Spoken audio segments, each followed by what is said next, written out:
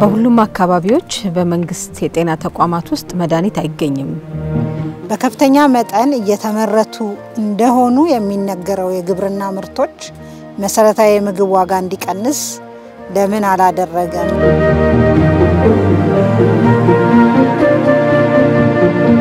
ማደያዎች ነዳጅ አይሸጡም። ነዳጅ በጥቁር ገበያ እየተሸጠ ነው።